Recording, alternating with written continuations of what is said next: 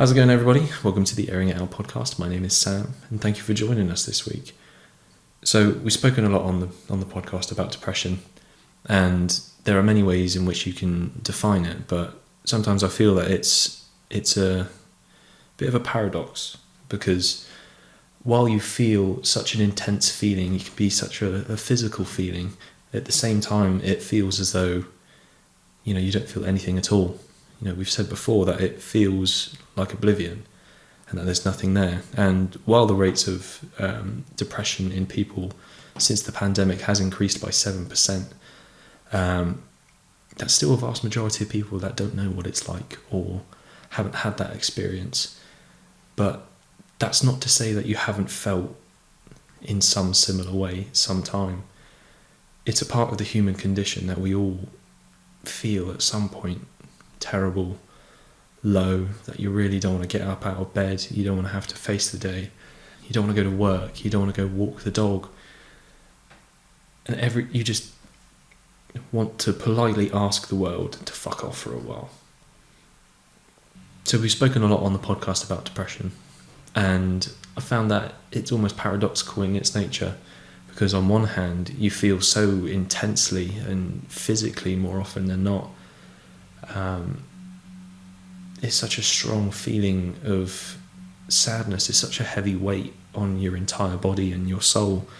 But on the other hand, it is often described as and feels like oblivion. So on one hand you have this all-encompassing, enveloping, horrible feeling, and on the other it's almost as if you're empty, you're hollow. And while the rates of depression have increased since the pandemic by 7%, that still leaves a vast majority of people who haven't felt what it feels like or know what it feels like firsthand. But that does not exclude you from having an idea of what it feels like. All of us at some point know what it feels like to feel shit, to not want to do something, to not want to get out of bed, to want to stay in bed all day, to want to say fuck the world. You can just go away. If you could go away for a day, that would be fantastic. You don't want to get up and walk the dog, you don't want to have to go out on a rainy day, you don't want to have to go whatever it is. We all know to an extent what it is like. We're human. That's part of our condition. Today we aren't going to be looking at these moods. I think it's pretty unanimous in that everybody knows what it feels like to some extent. So we're not going to dwell on that. But what I thought we'd look at instead are some of the tools that we can use if and when we do feel like that, to help get us out of that place, or at least move, however big or small, towards a better place than that place. So the objective for today's episode isn't to give you these tools with the hope that you can overcome and beat this mood, get yourself out of it completely. Because while sometimes that will work, there are times where it won't. And there are some people for whom it isn't always a possibility. I've certainly been there myself, where no matter how hard I try, no matter what it is that I do, it gets to a point where you have to accept that for that moment, for that time, that's how you're going to feel. But the objective of this episode is to give you these tools in the hope that despite how you feel, despite how rough and how hopeless or futile you might feel, that if you can do one of these things, if you can do something for yourself when you feel that low, that in itself is an act of defiance against what it is that you feel. It's to show you that you do have the strength to do something despite how you feel, that you aren't owned by your feelings, and that you are in fact the master of your emotions. Hopefully by doing one of these things, you will prove to yourself that you have that resilience despite or regardless of the way that you feel. You could be the lowest of the low, but I still believe that you have something within you which can deny that. In essence, in that act of defiance, you get to walk away from that mood knowing that you weren't beaten, that you can hold your chin high, and that when you were completely up against it, you didn't give in, and that you fought back. A quick disclaimer before we carry on with today's episode. I am not a professional.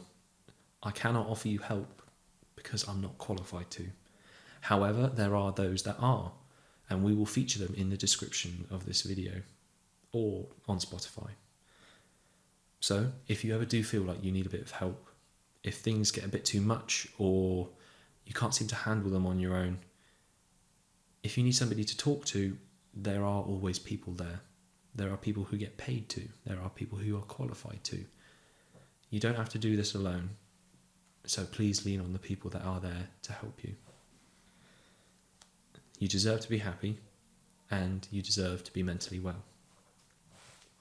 So in the nature of not being professional, what I thought we'd do to start with is have a look at those who are. Have a look straight from the horse's mouth, what the industry standard is saying in the ways in which you can improve your mood or to help you get out of that low place. I will be adding my own little tips and tricks at the end, and we'll also be having a look at what other people have to say about what works for them. So, the NHS, in their article, Self-Help for Low Mood and Depression. Now, we will also be tagging these in the description so you can have a look at them yourselves. But something that I found interesting about this one was the part of it called altered behaviour. And it seems to be this cycle of behaviour wherein it kind of builds momentum to the direction that you feed. So if you have behaviours such as staying in or avoiding people, then something that you can do to prevent that or to work towards the other direction is call a friend or accept an invite out. It's not always the easiest thing to do, but I'm sure you know within yourself that it is the thing that you should be doing. Those kind of behaviours where it's a little bit self-destructive, it does get a bit of a slippery slope, and climbing back up that hill towards the direction which you know to be healthy isn't easy. It is uphill, but it will ultimately be the more gratifying and fulfilling direction to head in. So if you have behaviours like eating out or binge eating, an alternative behaviour from that could be cooking yourself a meal. So not only are you not getting something, sometimes with eating out, the most you have to do is get up for about 30 seconds before you can get back into bed and just kind of shove horrible processed food into your mouth. What they're saying as an alternative to that behaviour is cook yourself a meal. Find something that you want to make, that you'd enjoy making, not only making, but eating as well. And then you can enjoy the process of, it is that kind of delayed gratification, but it's a process that you can enjoy because you know that there's the enjoying part at the end of it, and it's something that's occupying you and you're earning what it is that it's at the end, rather than just kind of throwing money at something and then having that fast, instant reward. It's something that you're working towards. So like, instead of staying in, calling a friend or accepting that invite out, you are engaging yourself. You're doing something which you might not want to do, but you also do kind of want to do. Abraham Lincoln talks about, I know it's discipline, but he says, discipline is choosing between what you want and what you want the most. So it is that short-term want versus that long-term want. And yeah, you might want to eat pizza or burgers or something quick, something easy, something that'll make you feel better now. But I think, in my personal experience, the majority of the time, a while after eating it, you don't feel any better than you did before. But cooking yourself a meal, you can make it healthy, you can make it rich in nutrients, and you can enjoy the process. So instead of worrying about yourself, you can listen to others or listen to how others are doing. And this one was big for me because I spent so much time where I'd isolated myself. I spent so much time inside my own head worrying about my own problems, just going round and round and round and round in circles. But it was when I started listening to other people that I not only realised that the world was bigger than what was going on in my head, but other people have problems too. And other people, when you listen to them, they are more inclined to listen to you. And if you give them that time and that care and you afford that to them to listen to what they have to say, they'll probably be more invested in your problems if you want to share them as well. An underlying point of this altered behaviour, or the article in general, is they want you to make planned, realistic, and achievable goals around these altered behaviours. So look at what it is that isn't working and figure out what it is that you want to do, and then build up slowly. It's one step at a time. It's about momentum, creating a sense of pleasure, not having it delivered straight to you. It's achievement and connection as well. And another part of that NHS one was altered feelings. And this essentially works as what we think can affect how we feel. So if you're in that bad place, you're not going to think too positively about things. That's the nature of it. So criticism, expectations, pressure, and second guessing, all of these can have a negative influence on how you feel. So what goes in the mind kind of trickles down into the rest of your body. But this can be altered. So if you, instead, by making those small little conscious choices to think about the way in which you speak to yourself or the way in which you think, can have those alternative effects. So instead of being so self-critical and then feeling like shit, you could be optimistic and then feel a little bit lighter. And all of those negative thoughts, which transfer into negative feelings, in that similar kind of sense, your positive thoughts turn into positive feelings. So I think we could start. A good place to start would be thinking about how we think about ourselves. And if you just make those simple switches, the language that you use when you think about yourself or you talk about yourself, that will then have a compound effect on how you feel. Right.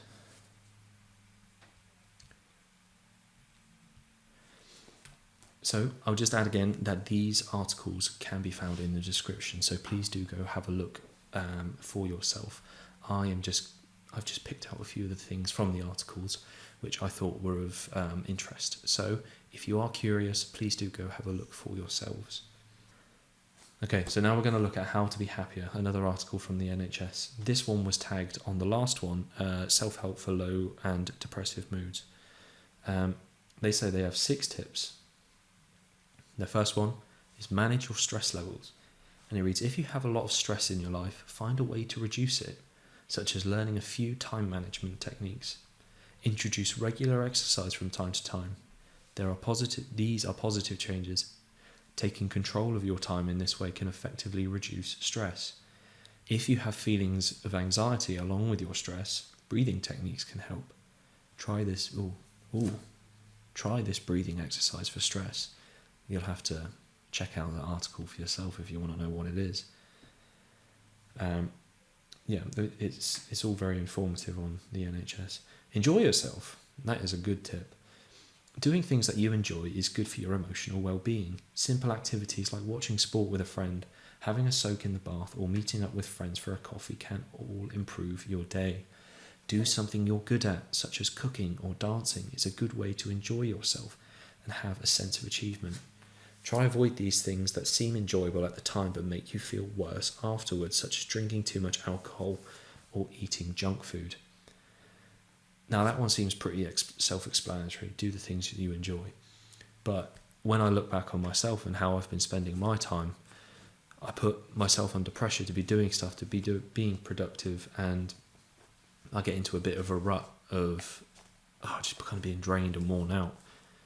And then I think, I know what it is that I enjoy. I know what it is that I love doing and what I get gratification out of.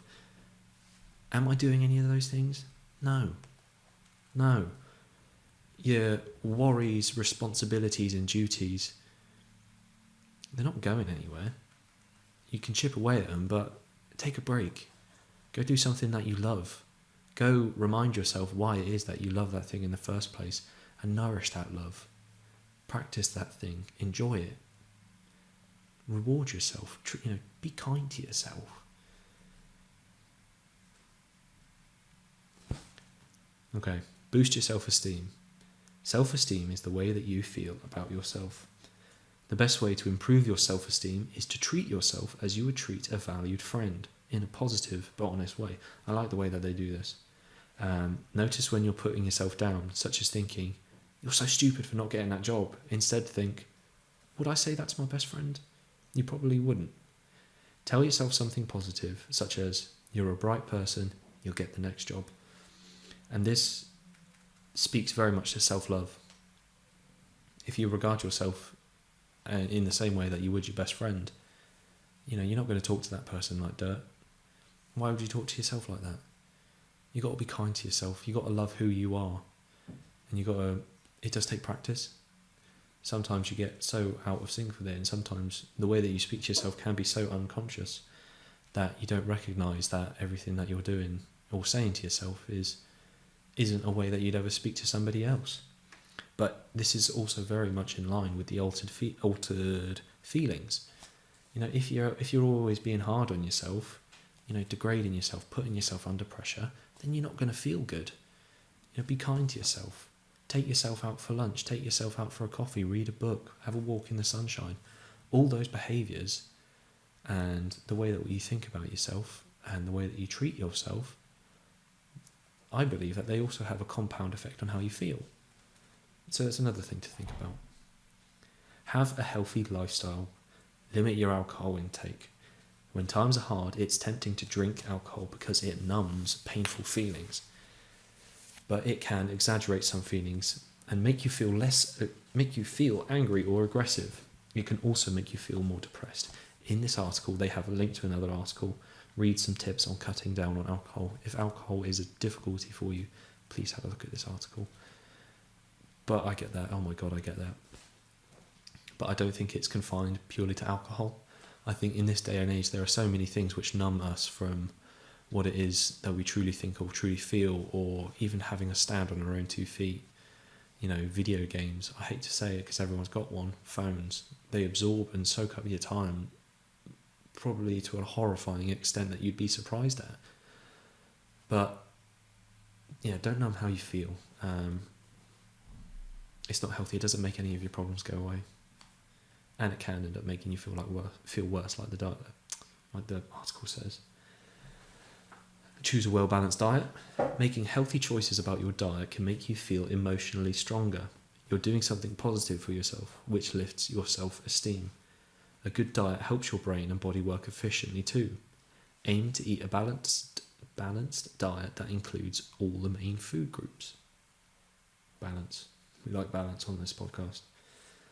Do some exercise. Even moderate exercise releases chemicals in your brain that can lift your mood. It can help you sleep better, have more energy, and keep your heart healthy. Choose an exercise that you enjoy. If it helps, do it with a friend or listen to music. Adults should aim for at least 150 minutes per week. Exercise is a massive one if you're feeling down or in that pit. Time and time again, I felt absolutely dreadful, but forcing myself to go on a run or forcing myself to pick up and throw around some weights for a while, it can drastically shift the way that you feel. Going for a run in particular is fantastic because you're getting out there, you're moving. I mean, moving is pretty inherent with exercise, but you're going from one place to another and you can kind of just forget about the way that you feel and just lose yourself in the environment that you find yourself in. I'll always be an advocate for outside running rather than on a treadmill. It's a bit of an oxymoron, isn't it? Running but staying still at the same time. Anyway, get enough sleep. Around 7 to 8 hours is the average amount of sleep an adult needs for their mind and body to fully rest. Writing a to-do list for the next day before bed can organise your thoughts and clear your mind of any distractions.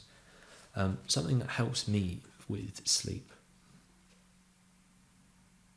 is the 3-2-1 rule, and that is try not to eat 3 hours before going to bed, try not to drink anything 2 hours before going to bed, and don't look at any screens 1 hour before you go to bed. The times where I do make a conscious effort to do this, I shit you not, I sleep the whole night through wonderfully. Goes off without a hitch. So if you struggle with sleep, that might be something as well. Also reading before bed, that really helps me. Talk and share. Communication is important, whether it's with a friend, family member or counsellor. Talking things through helps you to release tension rather than keeping it inside. It helps strengthen your relationships and connect with people. Lots of people find talking to a counsellor about things that are troubling them very helpful. The NHS have links here to talking therapies and the benefits of if you want any further information. As a host of a podcast, I can clearly advocate for talking about stuff, right? Yeah. It's a bit of a no-brainer. Building your resilience. This is what we're going for with this episode. Resilience is what allows you to cope with life's ups and downs. Making something worthwhile out of painful times helps your resilience grow. Starting a support group to help others, or making something creative out of a bad experience by, for example, writing, journaling, painting, or singing can help you express pain and get through hard times. Couldn't have said it better myself, even though I'm trying to. So that was the article from the NHS on how to be happier. Let's have a look at what else we got. Right, so British Heart Foundation. Still a bit corporate, but not quite as corporate. Heart matters. No, that is their slogan. 5 simple ways to improve low mood. Number 1, I chose this one because I like this one. Practice gratitude. There are many ways to practice gratitude. For example, you could make a list of all the things and people that you're grateful for, big and small, and try do this regularly. You could even write a letter of gratitude to somebody. Even if you don't send it, writing a letter can help you feel better. Gratitude. Yes, we like gratitude. I have a morning routine at the moment where after my meditation, I write 3 things that I'm grateful for every morning, along with 3 things that I love, 3 things that I feel, and 3 affirmations. But doing that at the start of a day, yeah, it's a really, really nice way to start. Just grounds you and helps you recognise what's important to you, and getting in touch with the things which really matter to you. So I can advocate for gratitude at the start of every day, but then again, I am also advocating for it around the clock. Number 2, listen to music. The benefits of listening to music are well known.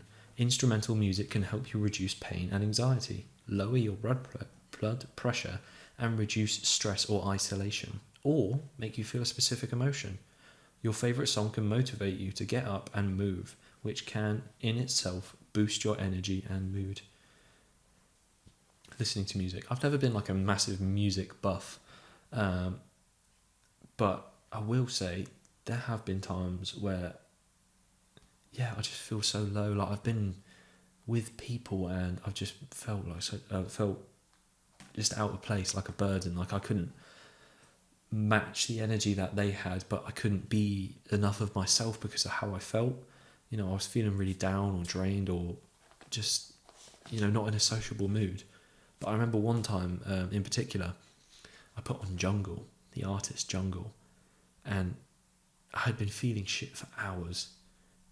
But we were cooking dinner and put on Jungle in the background, and I just started moving, like it started ever so slightly, but because I knew that, I didn't know that it worked for me in that way. I love them, but putting on that music, yeah, I just started moving and started dancing with it, and it definitely helped.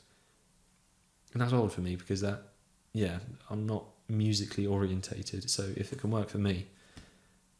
He says he's not musically orientated, but he's wearing a Metallica shirt. Come on, Sam, be consistent.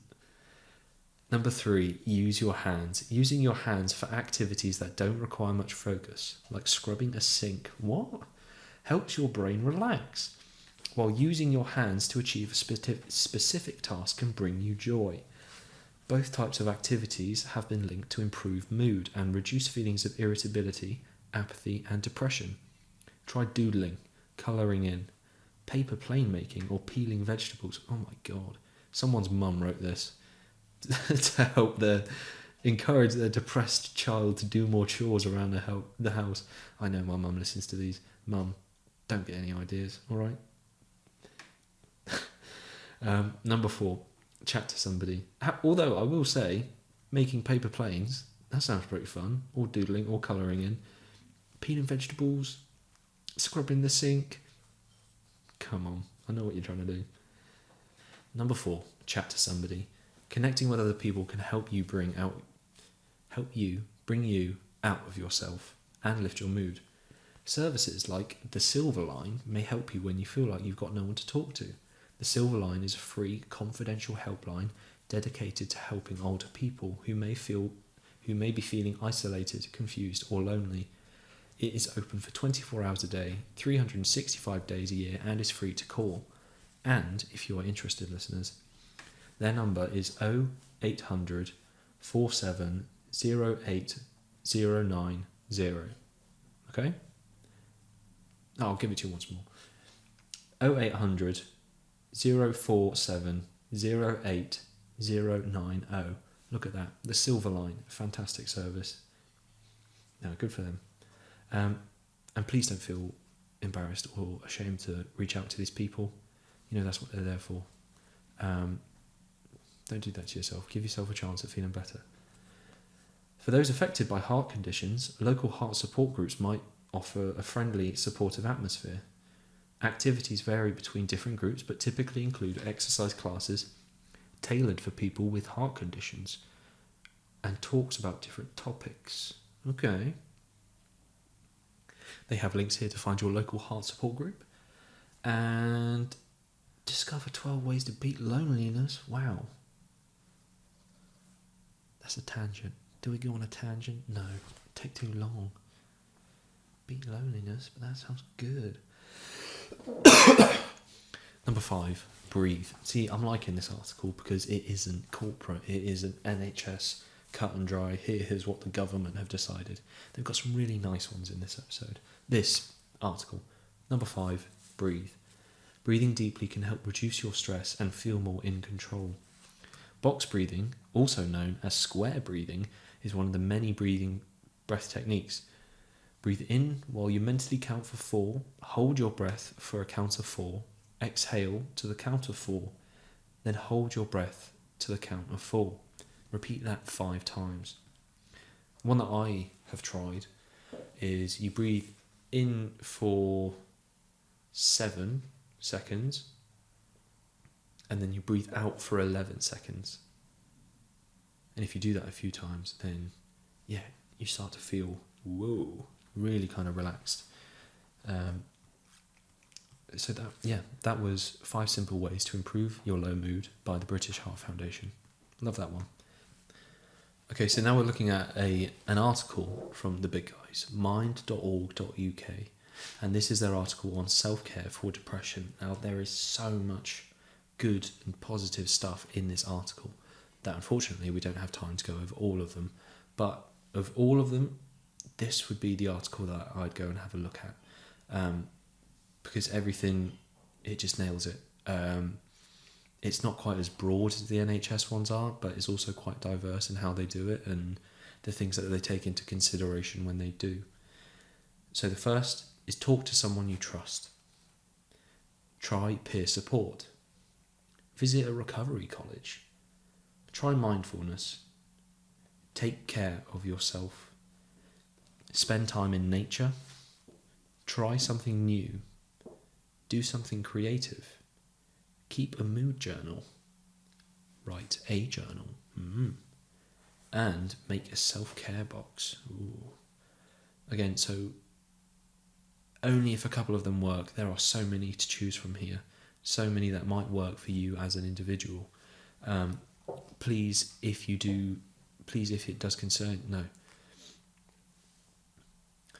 it does interest you, take a little bit of time and have a look through these. I've had a look myself and they are fantastic. They're really great. Okay, so we've heard it from the professionals. Mind and heart, fantastic. But NHS, they still hit those beats and they have the links to other places which can help you. But I wanted to have a look at some of my tips from my personal experience, what has worked for me and what, when I do feel that, or I do get to that place, what is it that I use?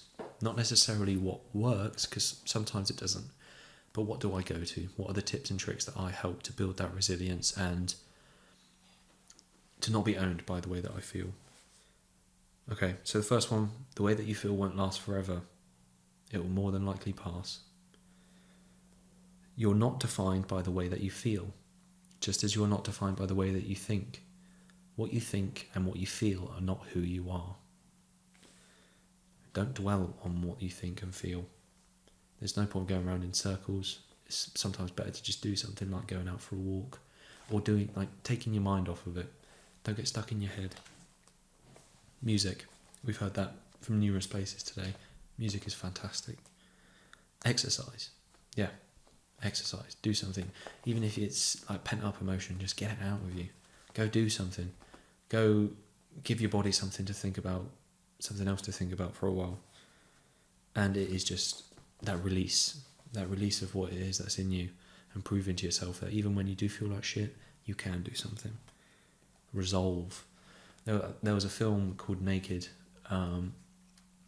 and there's a quote from it which I remember, and it is, resolve was never stronger, the morning after it was never weaker.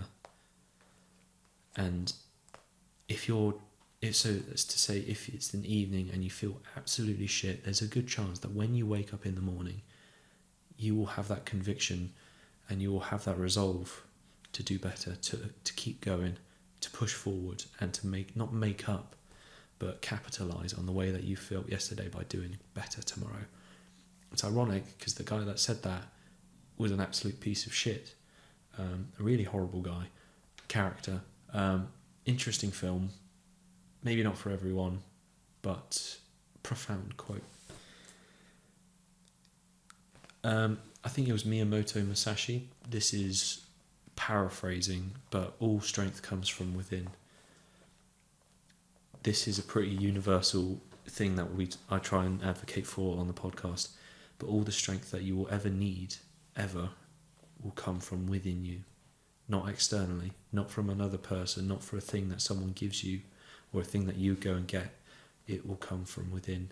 And once you recognise that, no matter what it is that you're doing, no matter what it is that you're going through, you have that strength within you.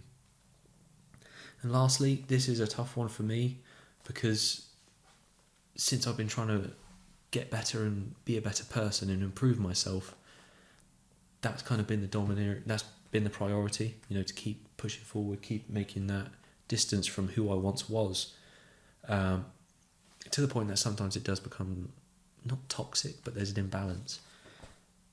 Plain and simply, give yourself a break. Give yourself a break. Sometimes it's okay to say, fuck it, I'm not doing this anymore.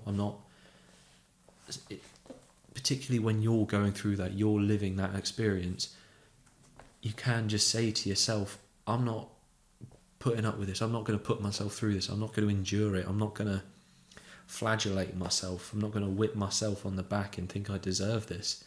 Because you don't. You don't deserve to put yourself through the absolute ringer because of how you feel. Don't indulge the way that you feel. You're a person. You're a human. You can make mistakes. You're allowed to feel like shit. It's okay not to feel okay. Take the time, do something that you like, and go easy on yourself. Okay, so now we're going to do something a little bit new to the podcast. That was the chair. You get my experience quite often, and today we've offered, fuck's sake. Sorry. No, it's not good. These are not ideal chairs. We're keeping this in. More often than not, you get my experiences. And you've heard from the professionals, but what I thought we'd do today is have a look at Reddit. Now, I know that's a bit of a strange place. It doesn't seem very, formal or professional, but these are people. These are other people just like us. And sometimes when you have something, let's just have a look, shall we? Let's figure it out for ourselves. So, on Ask Reddit, formerly depressed Redditors, what action did you take to combat depression? The top comment. Forcing myself into situations where I at least had the possibility of being happy. Sleeping in bed all day? Nothing will change. Refusing every friend who asks you out to do something? Nothing will change. Staying in the house all day? Nothing will change. No one will ever come and save you from your depression. It's tough, but it's true. You simply have to force yourself into situations where the possibility of something changing actually exists. God damn. This guy should have a podcast.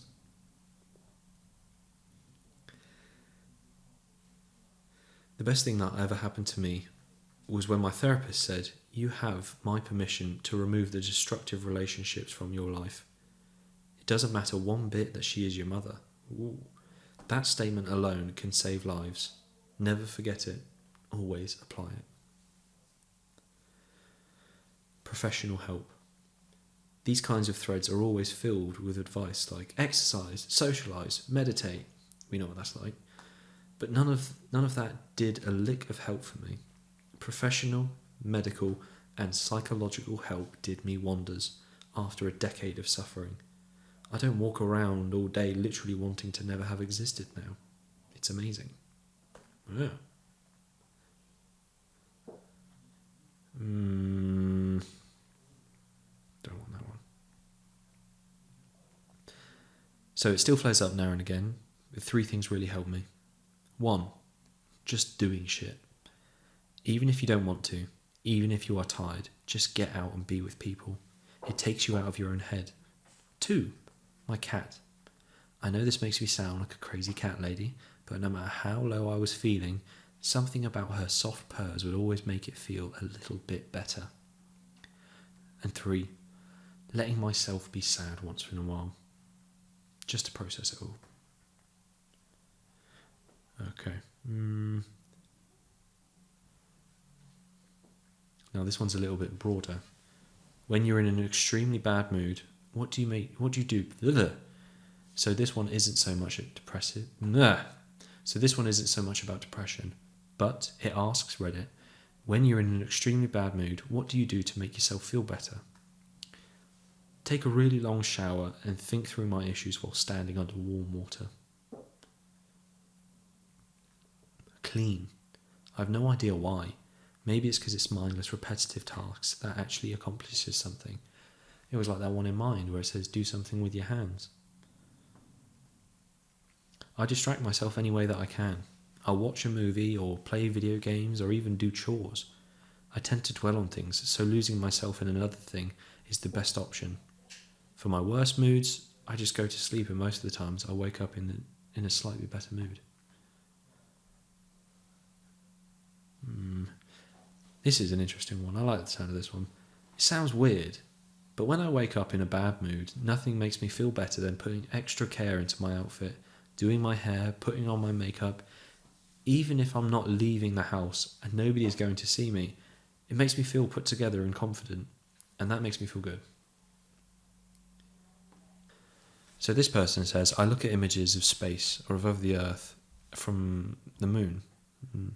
It may sound weird, but to be reminded of how incredibly small I am in the universe makes whatever hang-up I'm having at the time seem much smaller. This also works for when I'm feeling depressed. So those are some insights from other people. And I know that we've mentioned it before, but if there's something that works for you when you feel like that, please do let us know. If you go onto our website, you can find a little submission form at the bottom. You don't have to use your real name or anything, you can be anonymous as you want. But if you felt like it, please, we encourage you to let us know what it is that you do when you're feeling bad, what gets you out of that slump, because that's the inspiring kind of shit that I want to share with people. Thank you for listening today. Hopefully you've been given something to think about, regardless of who it's from. And hopefully you have something that you can use to fight back a bit against how you feel and not be owned by your emotions. Thank you for tuning in. We appreciate you. We love you, and we hope you tune in next week. Take care. This has been a Common Bird production.